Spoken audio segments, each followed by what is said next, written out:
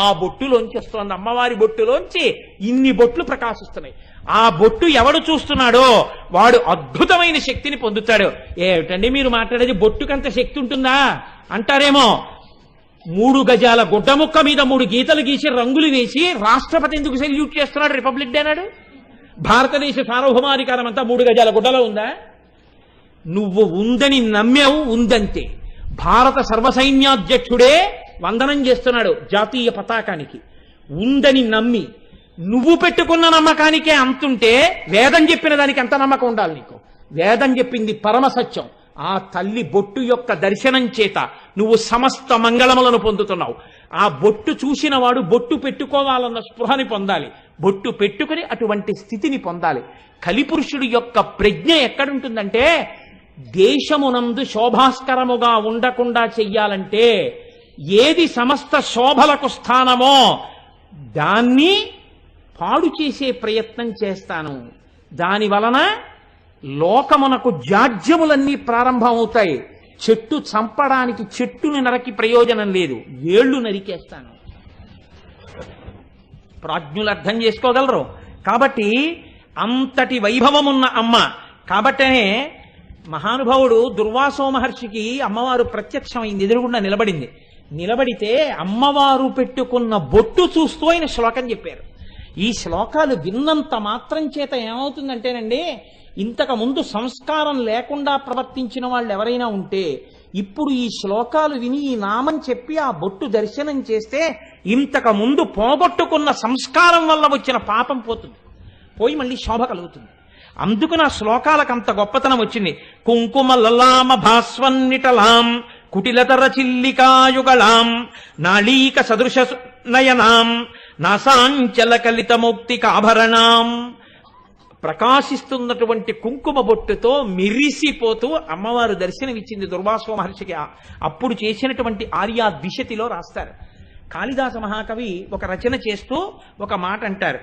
అందులో ఆయన అంటారు, అబ్బో సరే ఈ శ్లోకంతో పూర్తి చేసేస్తాను.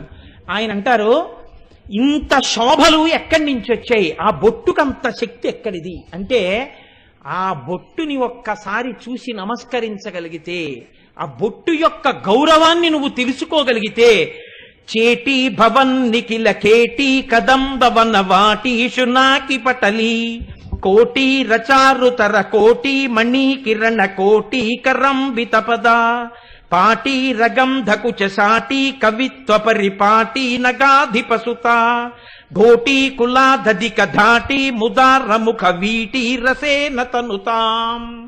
ప్రతి ఇంటిలో ఉన్న ఆడది తాంబూల చర్వణం చేసేటట్టు, ప్రతి ఇంటిలో ఉన్న ఆడది ఎక్కడికి వెళ్ళినా ఇందిరా ప్రతిగృహాతు ఇందిరా వై దదాతి చ అని లక్ష్మి ఇస్తోంది, లక్ష్మి పుచ్చుకుంటోందని కాళ్ళకి పసుపు రాయించుకునేటట్టు, బొట్టు పెట్టించుకునేటట్టు, ప్రతి ఇంట పిల్లలతో పాపలతో సుఖశాంతులతో సౌభాగ్యాలతో ఐశ్వర్యంతో ఆయురారోగ్యాలతో వర్ధిల్లగలిగేటట్టు, పురుషుడు చేసిన ఉపాసన సిద్ధించేటట్టు, అమ్మ బొట్టు వంక చూసిన పురుషుడికి సమస్తమైనటువంటి వాగ్వైభవము కలిగేటట్టు చెయ్యగలిగినటువంటి ఆ తల్లి ఎవరున్నదో ఆ తల్లికి నేను సాష్టాంగ నమస్కారం చేస్తున్నాను అంటాడు కాళిదాస మహాకవి.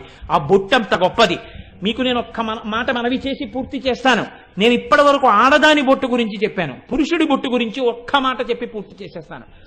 పురుషుడికి శౌచము దేని చేత ప్రారంభం అవుతుంది అని అడిగారు. స్నానము చేత. ఆడపిల్లకి పుట్టుక చేత బొట్టుతో మొదలైపోతుంది. స్నానం చేసినా చేయకపోయినా బొట్టుతో మొదలవు. పురుషుడికి స్నానం చేశాక శౌచ సిద్ధి. ఈ స్నానం చేస్తే ఏమొస్తాయంటే వేదం చెప్పింది, నేను చెప్పట్లేదు. మహానుభావులు వ్యాఖ్యానం చేశారు వేదమంత్రాలకి. గుణాదశ స్నాన పరస్య సాధో రూపంచ తేజో బలశ్చ శౌచం ఆయుష్యమారోగ్య అలోపలుత్వం దుస్వప్నఘాతశ్చ తపశ్చ మేధా.